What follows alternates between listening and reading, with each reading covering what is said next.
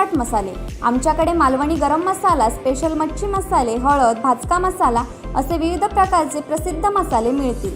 तसेच सर्व प्रकारचे लोणचे देखील आमच्याजवळ मिळेल। प्रोपरायटर दिलीप शिरसाट, संपर्क 84 32 22 40 32।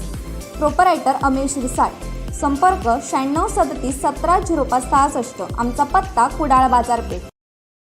केस बना है, मुझे मालूम है, फिर भी मैं एजेंसी के सामने जाकर मेरी बात रखता हूँ। इस बार भी जाऊंगा, लेकिन अभी तो फिलहाल पार्लियामेंट चल रहा है, मैं समय मांगूंगा। तो आपने एक्सटेंशन मांगा है जी राऊत साहेब, हेच फक्त मराठीत हवं होतं बोला. की तुम्हाला ईडीचं पुन्हा समन्स आहे. नाही, या सगळ्या राजकीय वातावरणामध्ये, घडामोडीमध्ये नक्कीच मला अशा प्रकारचे एक समन्स येईल, हे महाराष्ट्राला आणि देशाला एक अपेक्षा होतीच, मला तर होती, त्यानुसार ते समन्स मला आलंय। ते काय मी अद्याप पाहिलं नाही, कारण मी दिल्लीत आहे, या घडामोडीमध्ये व्यस्त आहे आणि व्यस्तच राहीन। पार्लमेंट सुरू आहे, त्याच्यामुळे एखादी पुढली तारीख पार्लमेंट संपल्यावरती द्यावी असं आमचे वकील विनंती करतील। अशा प्रकारचं जेव्हा जेव्हा मला समन्स किंवा वॉरंट आलेलं आहे केंद्रीय तपास यंत्रणाकडून, तेव्हा मी या देशाचा एक नागरिक म्हणून, खासदार म्हणून माझं कर्तव्य समजतो की त्या एजन्सीचा आदर करणं, जरी मला वाटत असेल किंवा लोकांना वाटत असेल की चुकीचं आहे, हे राजकीय दबावापोटी होत आहे किंवा या राजकीय घडामोडीचा एक भाग म्हणून होत आहे, तरीही मी या यंत्रणापुढे त्यांना जी जी माहिती हवी असते ती देण्यासाठी उपलब्ध असतो। यावेळेलाही जाईल, मला अडचण नाही। काल रात्री लोकसभा अध्यक्षांनी निवेदन दिलं आहे आणि गटनेते राहुल शेवाळे, ठीक आहे, त्याच्यावरती आता तांत्रिक आणि कायदेशीर लढाई सुरू राहील। फारच घाई असते अशा वेळेला, इतर वेळी निर्णय होत नाहीत, पण एखादा पक्ष आपल्या विरोधातला फुटतोय किंवा फोडला गेलाय, या आनंदापोटी असे निर्णय घेतले जातात। मग त्याच्यावरच समजून जा, आमच्या पत्रावरती कोणती कारवाई नाही, साधं उत्तर नाही, आणि फुटीर गटाला ताबडतोब मान्यता दिली जाते। त्याच्यातूनच लोकसभेचं कामकाज किंवा संसदेचं कामकाज कोणत्या पातळीवर चालू आहे हे आपल्याला समजलं असेल। आज दोन महत्त्वाच्या सुनावण्या आहेत। महाराष्ट्राच्या दृष्टीनं सर्वोच्च न्यायालयाच्या एकूण सुनावणीकडे लक्ष आहे। आमचंही लक्ष आहे, सुनावणी सुरू होईल, आज निर्णय येण्याची शक्यता मला वाटत नाही। आमचे लक्ष आहे,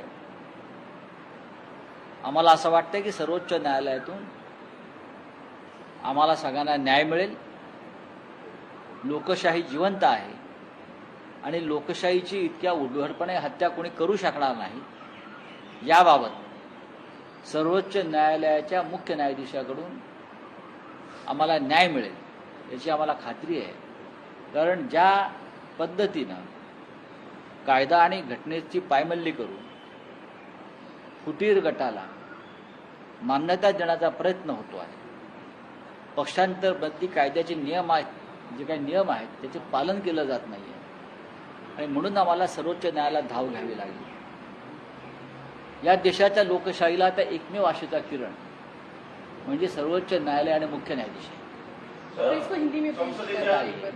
संसदेच्या तिसऱ्या माळ्यावर असलेलं कार्यालय आहे की त्याचा हा जो बघा की फुटीर गट चंद्रावर सुद्धा कार्यालय स्थापन करेल एवढे हवेत आहे। त्यांना शिवसेना भवनाचा ताबा हवाय, त्यांना मातोश्रीचा ताबा हवाय, त्यांना सामनाचा ताबा हवाय, बरं का? अशा तऱ्हेने एक दिवस ते जो बायडनचं घर पण ताब्यात घेतील, 10 डाउनिंग स्ट्रीटला जातील, तिथे ताबा घेतील, कारण एवढा मोठा पक्ष आहे त्यांचा। बाळासाहेब ठाकरे यांचा मूळ पक्ष आमचाच आहे, किंबहुना बाळासाहेब ठाकरे यांना आम्हीच पक्षात आणलंय, असं आता हे सांगायला कमी करणार नाही। उद्धव ठाकरे यांना आम्हीच पक्षप्रमुख केलं। आता काही होऊ शकते महाराष्ट्रात, देशात ज्या प्रकारची लोकशाही चित्र तुम्हाला दिसतंय, त्याच्यामुळे तुम्ही काही विचार करू शकत नाही। त्यांनी जी काय लढाई लढायची ते लढू द्या। हे सगळे जे काल 12 खासदारांचा गट, फुटीर गट, भाजपच्या प्रेरणेनं आम्हाला सोडून गेला, ते कालपर्यंत आमचे सहकारी होते, आमचे मित्र होते आणि आजही मी त्यांना माझे सहकारी मानतो, मित्र मानतो. कोणत्या मजबुरीतून त्यांनी आम्हाला सोडलं हे आम्हाला माहिती आहे. त्यामागे राजकीय कारण अजिबात नाही, हे त्यांनाही माहिती. प्रत्येकाची एक वेगळी मजबुरी आहे, वेगळं कारण आहे. बाकी हिंदुत्व, युती हे तोंडी लावायला आहे. राऊत साहेब, चर्चा झाली आहे का कालपासून उद्धवजी सतत सुरू आहे. माझे पक्षप्रमुख आहेत, माझे नेते आहेत.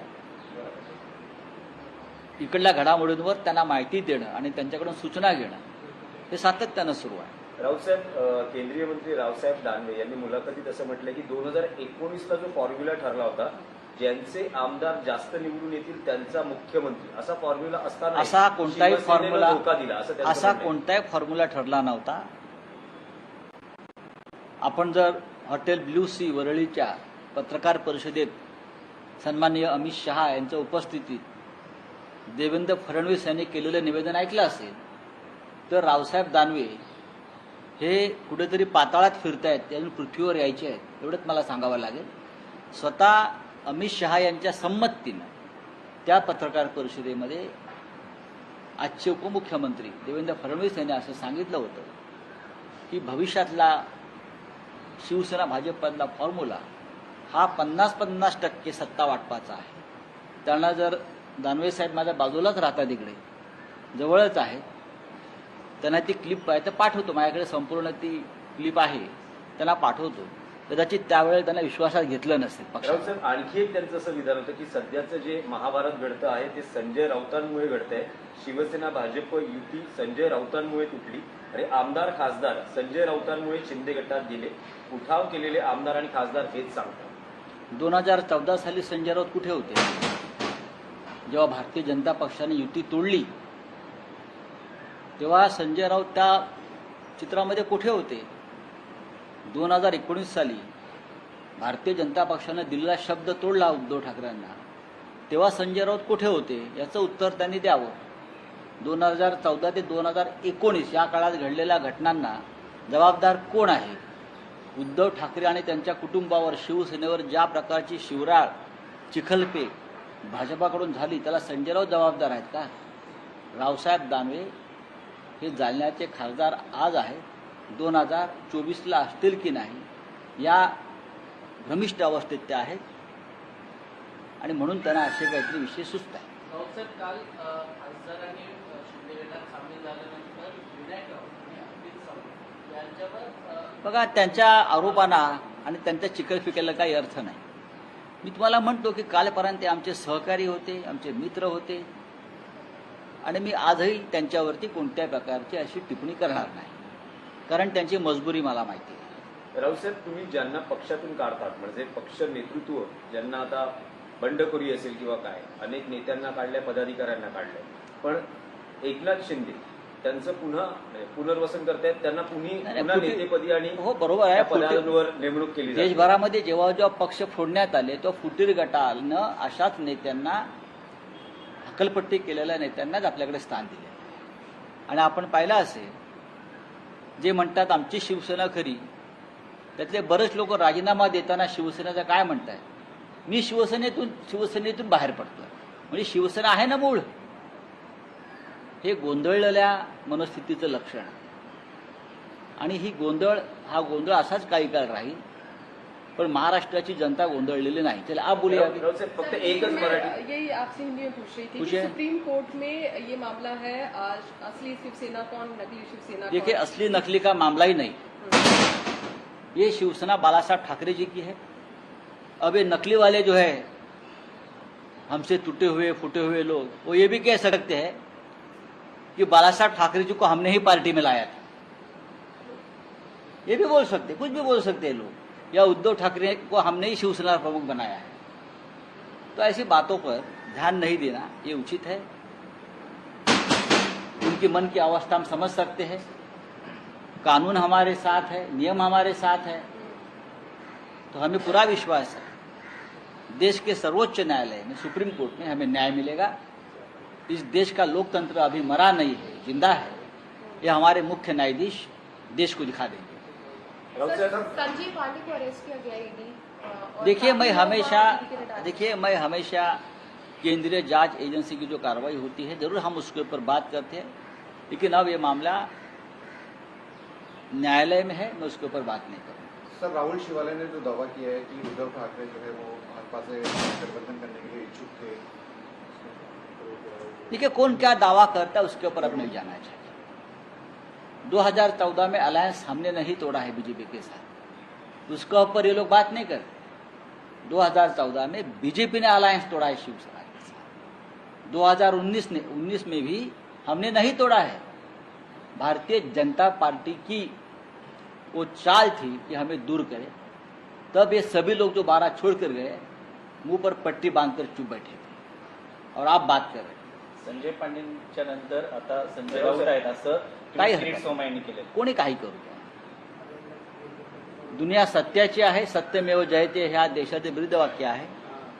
खोट्या प्रकरणात जर मला कोणी तुरुंगात टाकणार असेल, मी पक्षाचं नेतृत्व करतोय म्हणून, तर माझी तयारी आहे. राऊत साहेब, एकच प्रश्न आहे की उपराष्ट्रपती पदाच्या निवडणुकीत 12 खासदार शिवसेनेचे जे आहेत ते आता एनडीएला मतदान करणार, उरलेले जे खासदार मला आहेत माहिती. ते कोणाला मतदान करतील? शिवसेनेचा निर्णय जो होईल त्यानुसार आम्ही मतदान करू. आणि शिवसेनेचा निर्णय झालाय. कुठला फुटीर गट वगैरे या गोष्टीमध्ये हे प्रश्न तुम्ही विचारते तर चुकीचे आहे. शिवसेना ही शिवसेना आहे. पाहू आम्ही काय करायचे. धन्यवाद. असे नवनवीन व्हिडिओ पाहण्यासाठी कोकणशाहीचं यूट्यूब चॅनल सबस्क्राईब करा व बेल बटन प्रेस करा. तसेच फेसबुक पेज लाईक करा आणि इंस्टाग्राम पेज व ट्विटर पेजला फॉलो करायला विसरू नका.